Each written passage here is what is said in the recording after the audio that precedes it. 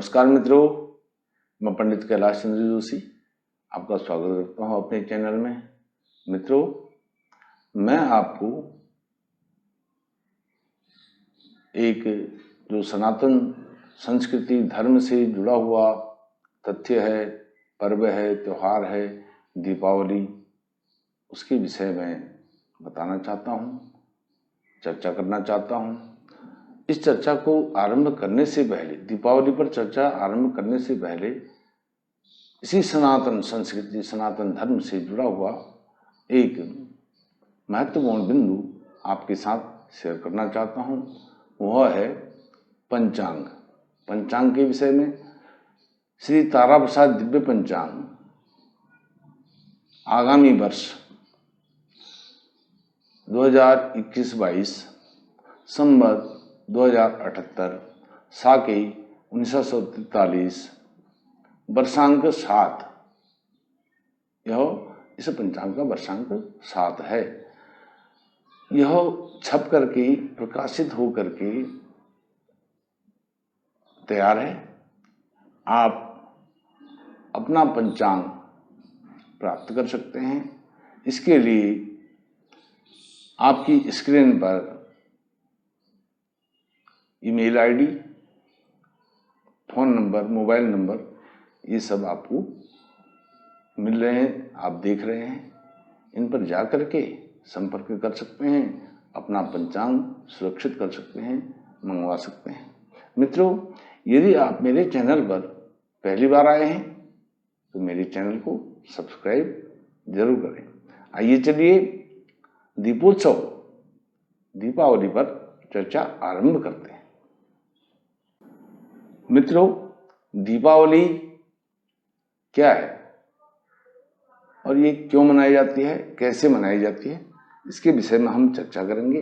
दीपावली दीपोत्सव है, प्रकाश का उत्सव है और यत्र तत्र सर्वत्र रोशनी की जाती है, प्रकाश किया जाता है, दीपक जलाए जाते हैं, बिजली की लड़ियां लगाई जाती हैं और दीपावली के दिन ही महालक्ष्मी जी की पूजा होती है। लक्ष्मी जी की कृपा प्राप्त करने के लिए उसी दिन उनका आवाहन किया जाता है, पूजन किया जाता है। अब ये लक्ष्मी जी के अनेक रूप हैं। मुख्य रूप से लक्ष्मी जी को अष्टलक्ष्मी के रूप में, 8 प्रकार की लक्ष्मी है अष्टलक्ष्मी, वह माना गया है। 8 लक्ष्मियां मैं आपको बताता हूं। अष्टलक्ष्मी क्या क्या है? आद्य लक्ष्मी, आद्या लक्ष्मी भी इसको कहते हैं, धन लक्ष्मी, धान्य लक्ष्मी, आद्या लक्ष्मी, धान्य लक्ष्मी, नंबर 3 धैर्य लक्ष्मी, नंबर 4 गज लक्ष्मी, नंबर 5 संतान लक्ष्मी, नंबर 6 विजय लक्ष्मी और नंबर 7 विद्या लक्ष्मी, नंबर 8 धन लक्ष्मी। यह 8 प्रकार की लक्ष्मी के रूप बताए गए हैं। अब ये इसका, मैं ज्योतिष का छात्र, ज्योतिष का विद्यार्थी होने के नाते मैं कोई भी पर्व होता है, कोई भी त्योहार होता है अपने सनातन संस्कृति, सनातन धर्म का, उसमें मैं ज्योतिषी दृष्टिकोण भी देखता हूं, ज्योतिष का विद्यार्थी होने के नाते। इसमें रुद्रयामल नाम का एक शास्त्र है, तंत्र शास्त्र है रुद्रयामल। तंत्र शास्त्र में ऐसा बताया गया है, जब सूर्य और चंद्रमा तुला राशि में स्वाति नक्षत्र में गोचर कर रहे हों तो महालक्ष्मी जी का पूजन उसमें किया जाता है। इससे व्यक्ति धन, धान्य, ऐश्वर्य, वैभव प्राप्त करता है। क्योंकि तुला राशि के स्वामी शुक्र हैं। शुक्र जो है ऐश्वर्य और सुख भोग के स्वामी हैं। इसलिए तुला राशि में चंद्र और सूर्य का गोचर हो और वह दोनों स्वाति नक्षत्र में गोचर कर रहे हों, तब यह पूजा का योग संयोग बनता है। ऐसा करने से धन धान्य की प्राप्ति होती है। अब दीपावली की रात्रि को कालरात्रि कहा गया है। जैसे तंत्रोक्त रात्रि सूक्त में आता है, काल रात्रि महारात्रि मोह रात्रि जो दारुणा, तो यह काल रात्रि है। काल रात्रि इस दिन अर्थात सूर्य और चंद्रमा सन्निकट होते हैं और यह काली रात होती है, अमावस्या की रात होती है। तो इस प्रकार से इस काल रात्रि में लक्ष्मी साधना के लिए उत्तम समय बताया गया है और प्राचीन काल में इस काल रात्रि को अमावस्या के दिन तुला राशि के सूर्य में, चंद्रमा में, स्वाति नक्षत्र में जब गोचर हो रहा है तब इसको प्राचीन काल में यक्ष रात्रि के नाम से भी जाना जाता था। अब इसमें क्या क्या करना चाहिए? लक्ष्मी की कृपा प्राप्त करने के लिए श्री सूक्त का पाठ करना चाहिए, लक्ष्मी सूक्त का पाठ करना चाहिए, श्री गोपाल सहस्त्र नाम का पाठ करना चाहिए, श्री विष्णु सहस्त्र नाम का पाठ करना चाहिए। और पूजा कैसे करनी चाहिए? पूजा करने के लिए शंख बहुत प्रिय है लक्ष्मी जी को। शंख और कमल बहुत अनेक सामग्रियां हैं जो लक्ष्मी जी को अति प्रिय हैं। उन सामग्रियों को लक्ष्मी जी की पूजन में सम्मिलित करने से लक्ष्मी जी की कृपा प्राप्त होती है, लक्ष्मी जी कृपा वर्षाती हैं। उनमें शंख एक प्रमुख वस्तु है। शंख बहुत प्रिय है लक्ष्मी जी को, लेकिन शंख की जो आवाज है, ध्वनि है, वह प्रिय नहीं है। अर्थात जब हम लक्ष्मी जी की पूजा कर रहे हैं तो उसमें शंख ध्वनि नहीं होनी चाहिए, घंटी बजनी चाहिए। शंख ध्वनि लक्ष्मी पूजन में त्याज्य बताई गई है, वर्जित उसको कहा गया है। लक्ष्मी पूजन कैसे करना चाहिए? लक्ष्मी जी का सर्वप्रथम ध्यान, आवाहन, आसन, पाद्य, अर्घ्य, आसमन, पंचामृत स्नान, शुद्धोदक स्नान, वस्त्र, आभूषण, गंधाक्षत, पुष्प, धूप, दीप, नैवेद्य, तांबूल, फल, द्रव्य, दक्षिणा, निराजन, क्षमा याचना, यह लक्ष्मी जी की पूजा का संक्षिप्त विधान है षोडशोपचार से करने का। इस प्रकार से लक्ष्मी जी को नैवेद्य में खीर का भोग अवश्य लगाना चाहिए। अर्थात जितनी भी सफेद चीजें हैं, सफेद रंग की चीजें हैं, वह लक्ष्मी जी को अति प्रिय है। अब इसके लिए और विशेष सामग्री मैं आपको बता रहा हूं। विशेष सामग्री कितनी भी ज्यादा हो जाए उतना कम है, लेकिन जो विशेष सामग्री है उसके विषय में मैं आपको बताता हूं। गोमती चक्र, कौड़ियां, शंख, दक्षिणावर्ती शंख, गुंजा एक रक्त गुंजा होती है, एक श्वेत गुंजा होती है। श्वेत गुंजा बड़ी दुर्लभ होती है। श्वेत गुंजा लक्ष्मी जी को अति प्रिय है और रक्त गुंजा तो पर्याप्त मात्रा में मिलती है। रक्त गुंजा हमारे पहाड़ों में, पर्वतीय क्षेत्रों में रक्त गुंजा को रत्ती के नाम से जाना जाता है।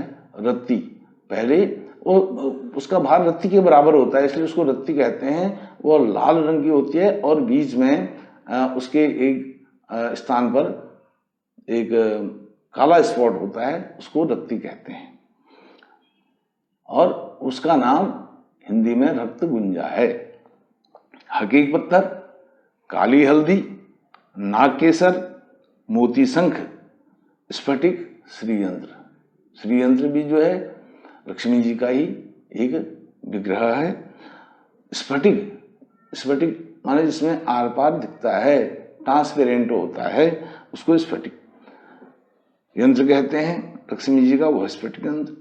कमलगट्टा, एकाक्षी नारियल, लक्ष्मी जी की चरण पादुकाएं, कमल का पुष्प, और कमल का पुष्प नहीं है तो उसके स्थान पर अनार का पुष्प भी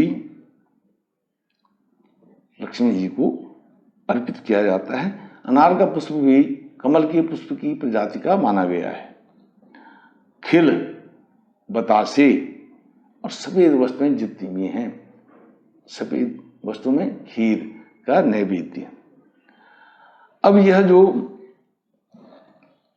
दीपावली है, इसको मनाने का एक पौराणिक तथ्य और सामने आता है।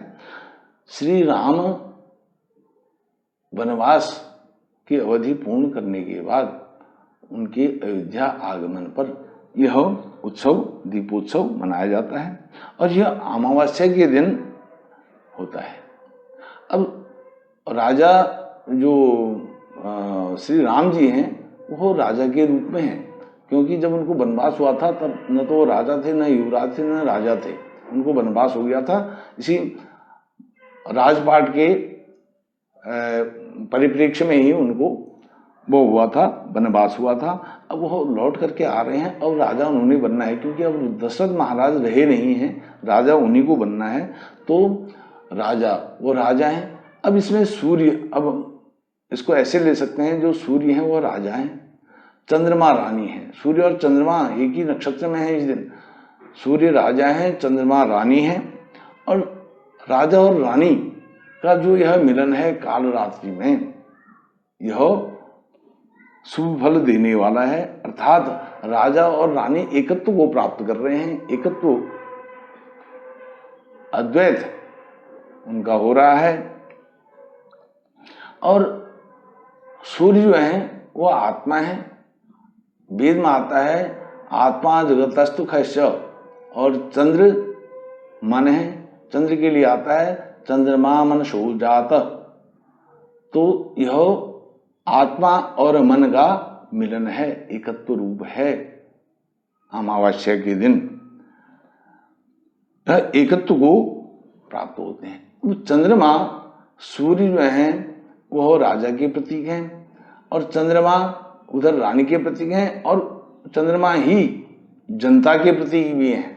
जो अयोध्या नगरवासी जो जनता है, जो लोग हैं, वह अपने राजा के आगमन पर दीपोत्सव मना रहे हैं। अर्थात जो राजा हैं, राजा में जनता इतनी तल्लीन हो गई है कि वह भावुकता आ गई है कि वह राजा में ही समाहित हो गई है जनता। यह भी एक है। और अमावस्या के दिन लक्ष्मी पूजन का जो मुहूर्त होता है वह स्थिर लग्न में होता है। स्थिर लग्न, 2 स्थिर लग्न दिन में आते हैं और 2 स्थिर लग्न रात्रि के समय आते हैं, सूर्यास्त के बाद आते हैं।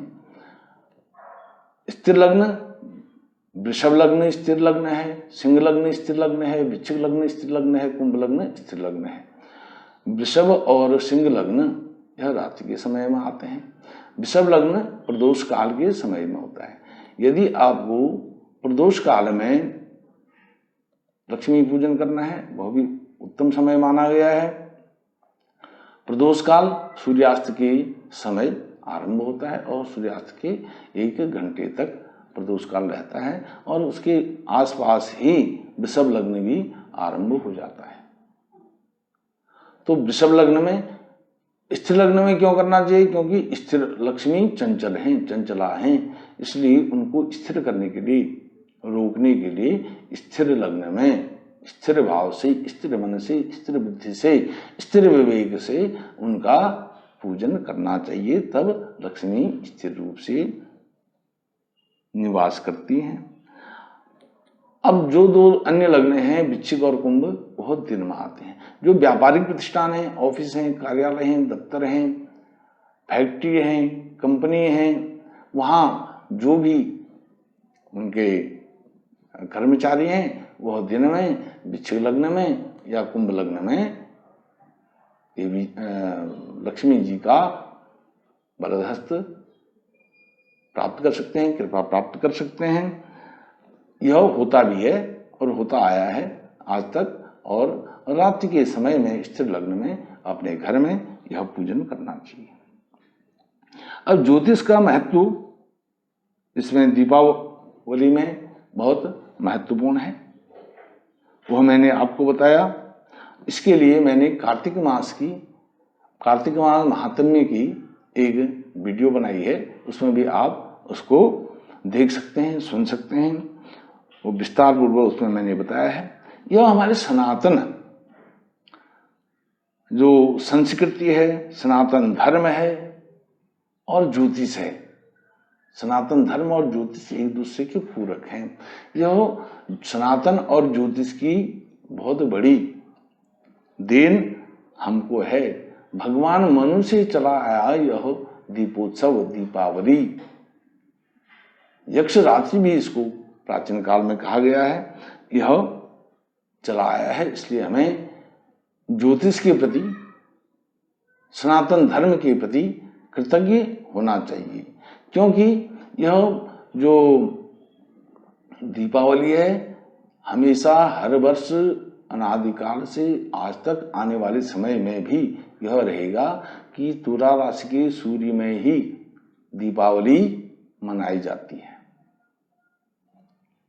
अन्य कन्या के सूर्य में या वृश्चिक के सूर्य में कभी भी यह दीपावली का पर्व नहीं मनाया जाएगा, नहीं मनाया गया है। यह हमेशा तुला के सूर्य में ही होता है। अन्य कई पर्व ऐसे हैं वो अन्य सूर्य में, जब गोचर सूर्य अन्य राशि में गोचर कर रहा है तब भी मनाया जाता है। जैसे होली का मैं आपको बताता हूँ। जो होली है, कभी कभी कुंभ राशि का सूर्य होता है, उसमें होली मनाई जाती है, और कभी कभी मीन के सूर्य में होली मनाई जाती है। इसी प्रकार से रक्षाबंधन है, कभी कभी कर्क के सूर्य होते हैं उसमें रक्षाबंधन होता है, कभी कभी सिंह के सूर्य होते हैं उसमें रक्षाबंधन होता है। और भी कई पर्व हैं जो इस प्रकार से होते हैं, लेकिन मैं समयाभाव के कारण आपको उदाहरण के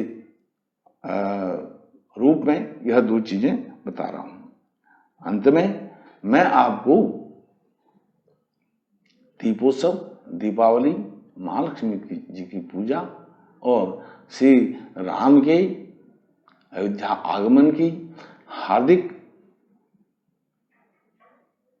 कामनाएं देते हुए आपके सुखी, वैभवपूर्ण, ऐश्वर्यपूर्ण जीवन की मंगल कामना देते हुए अपनी वाणी को विराम देता हूं। आपका बहुत बहुत धन्यवाद।